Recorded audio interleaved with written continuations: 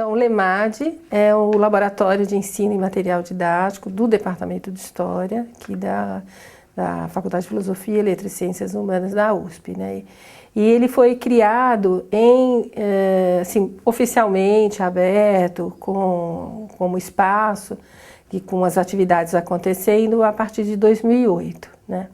O laboratório está ligado às reformas da licenciatura dentro da USP, né, por conta de uma legislação do MEC, que solicitou um investimento maior, né, dos cursos de bacharelado, numa relação mais de compromisso com a formação de professores. Então, o curso,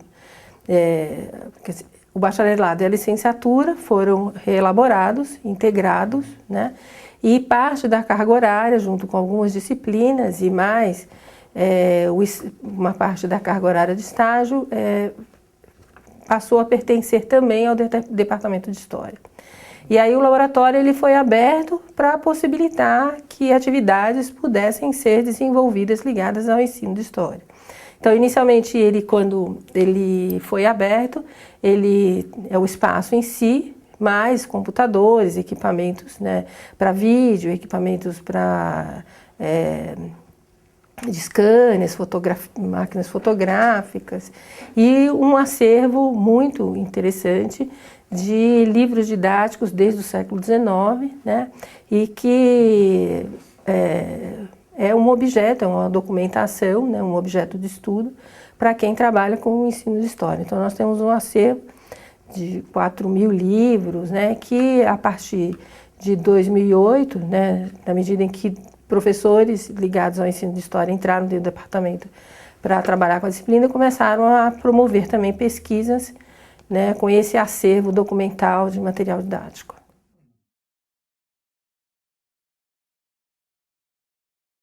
O laboratório ele assume uma série de responsabilidades de atividades ligadas ao ensino de história dentro do departamento de história, né?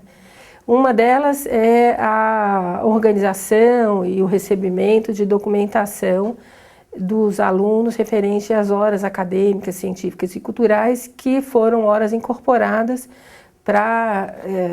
dentro do curso da licenciatura, né? Então, o laboratório tem um funcionário que recebe, né, essas certificações dos alunos comprovando que fizeram essa série de atividades, acho que são 200 horas. O laboratório ele também tem essa responsabilidade de ser um ponto de referência para os estágios da disciplina de ensino de história e temos um monitor que faz contato com diferentes espaços e os alunos são orientados, né, na medida em que eles vão fazer as atividades de conhecer os espaços e as atividades educativas, eles elaborarem propostas de intervenção, elaborarem materiais didáticos, orientações didáticas, sequências didáticas, por exemplo, como trabalhar com cultura material em um museu, né, arqueológico, como é o caso do MAI, que temos convênio, né, com o MAI, ou como auxiliar, né, imigrantes bolivianos dentro da cidade de São Paulo. Então, para isso, além deles conhecerem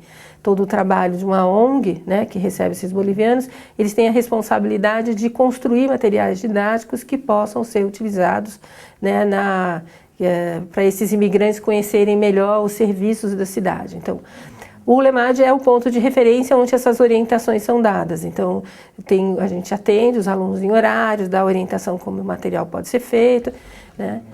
O laboratório também, para dar visibilidade, um sentido social à produção, tanto de pesquisa quanto essas produções de orientações didáticas e materiais didáticos, desde o início pensamos numa possibilidade de ele ter uma visibilidade social.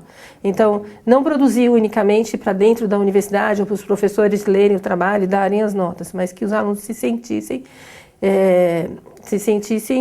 prestando um serviço para a sociedade. Então, desde o início a gente pensou em utilizar a internet como esse veículo, né? Então, no início, dentro das nossas capacidades, né, que não somos especialistas em internet, né, começamos com um blog, que era o que um funcionário que estava conosco sabia abrir, né?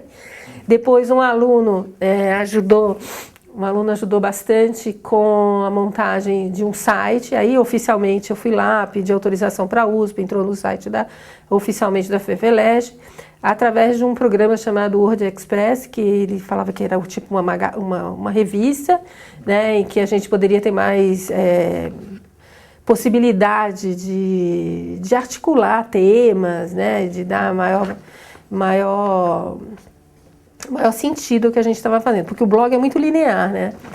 E o outro a gente podia tematizar, fazer buscas, né? Então a gente é mais versátil. Então aí a gente começou a transferir todo o material para esse outro site. E depois, por conta mesmo das reformas do site inteiro da USP, o nosso funcionário foi fazer uma série de cursos e aí agora ele é expert em montagem de site. Então, ele montou um site que é muito simples, eu acho um site simples, mas muito fácil de acesso, em que aos poucos, a gente está descobrindo as potencialidades dele. Então, a gente tem divulgado a produção dos alunos, principalmente os trabalhos da disciplina e ligado a estágio. Então, eu tenho trabalhado muito com sequências didáticas, que é uma proposta de um educador chamado Antônio Zabala, né, que trabalha com a ideia de um planejamento super minucioso, atividade por atividade, disponibilizando os materiais para socializar, para que um professor possa se organizar para um planejamento e, ao mesmo tempo, quem produza uma sequência didática possa divulgar e socializar com outros professores. Então, aí nesse site a gente tem colocado as sequências didáticas das disciplinas que a gente tem ministrado, tenho colocado propostas curriculares de diferentes épocas ligadas ao ensino de história e de diferentes estados brasileiros, né? Então, a gente tem propostas curriculares antigas e as mais recentes, né? A gente tem todos os livros que a gente tem no acervo do LEMAGE, todos os livros didáticos estão todos catalogados e disponíveis. E aí eu tenho montado projetos de pesquisa para os alunos complementarem essas informações. Então, além de estar a referência do livro, agora a gente está começando a acrescentar biografias dos autores desses livros. Porque para quem é um pesquisador de livro didático, a gente sente muita falta de saber quem são esses autores, porque como eles são muito envolvidos diretamente com as editoras, né, muitas vezes alguns são importantes intelectuais, outros a gente tem pouca informação, então a gente está aos pouquinhos. Outro que a gente está fazendo esforço também é digitalizar esses livros.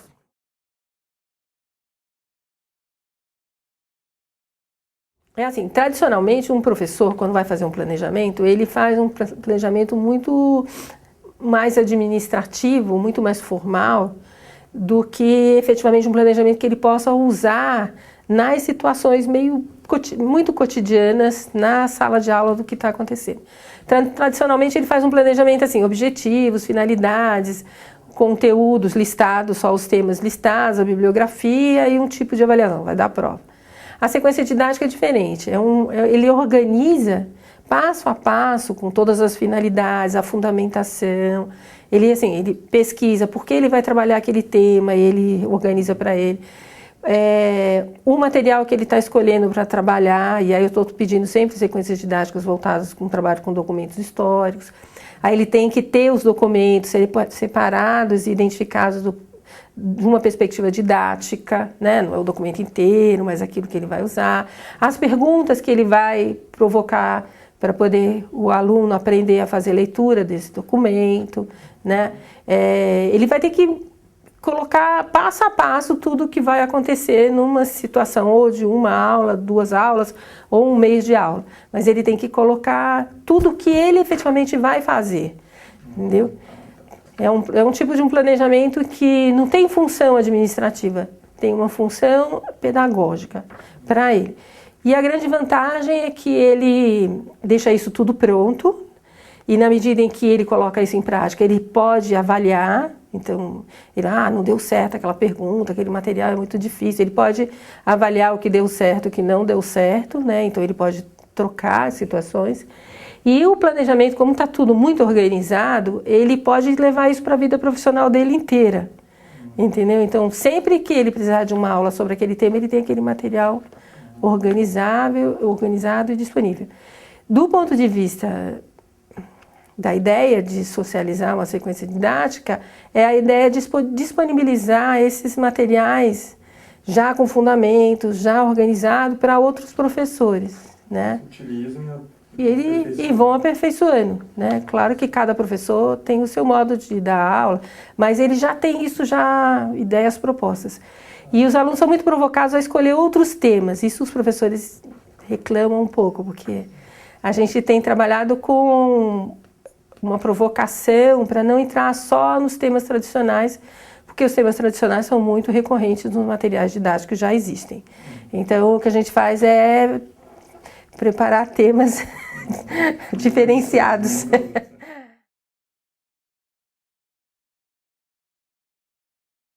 Então, o que a gente tem feito também é disponibilizar no site alguns livros raros, didáticos raros, de difícil acesso, então a gente tem digitalizado e colocado disponível no site.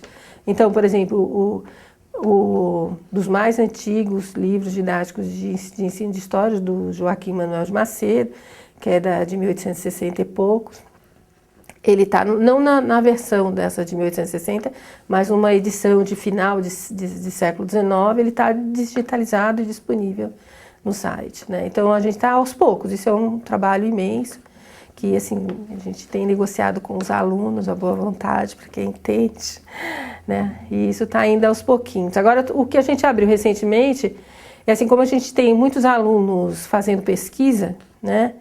E com bolsa, então a gente entra nos programas da USP, os programas de graduação, para poder conseguir bolsa, a gente abriu uma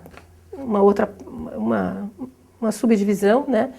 Para disponibilizar as pesquisas que os alunos têm feito. Então aí entram os textos dos alunos, a pesquisa que ele fez, né? Então também a gente está começando aos poucos a disponibilizar esse material, que para o aluno é bom, porque faz o mesmo papel que uma publicação. Então para os alunos eu acho bem interessante, né? Porque ele pode colocar no currículo que o texto dele está publicado, porque tem revistas digitais, né? Agora as revistas são digitais.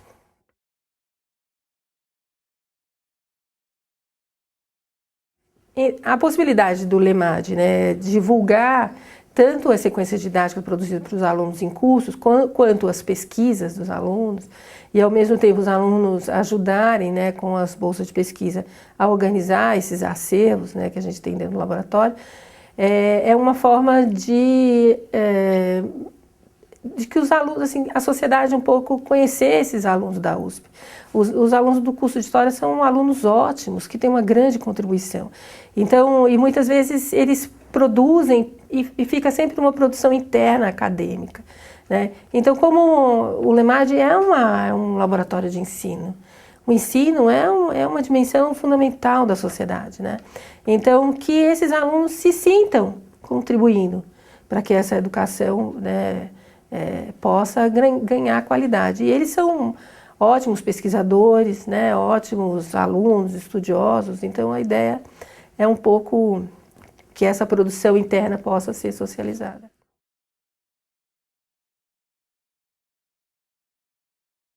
Então, eu não sei em grandes perspectivas, né, assim, dá muito trabalho tudo que se faz, né, tudo muito devagar, porque a gente precisa sensibilizar os alunos dentro do departamento de História para a questão do ensino. Outras, envolver os alunos com temáticas ligadas ao ensino também é uma questão que demanda, né?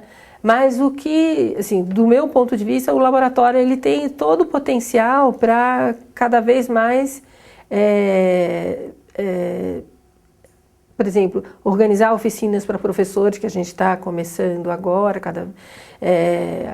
cada vez mais disponibilizar essas pesquisas, né, que a gente se concentra e produz no site, né? Por exemplo, fazer o que eu tenho tentado também trabalhar junto com outros professores do departamento para a gente trabalhar como no ensino se trabalha com diferentes linguagens, né? Então, trabalhar fazer links com outros sites também de professores que trabalham, por exemplo, com cartografia histórica, que é a professora Iris Cantor, né? A gente está tentando ir um pouco nessa perspectiva, né? Tem agora dentro do laboratório, tem também o núcleo, né, de estudos afro-brasileiros, né? A gente não começou nem a fazer nenhuma parceria, mas quem sabe a gente para uma hora para fazer. É isso, que o ensino seja cada vez mais aceito.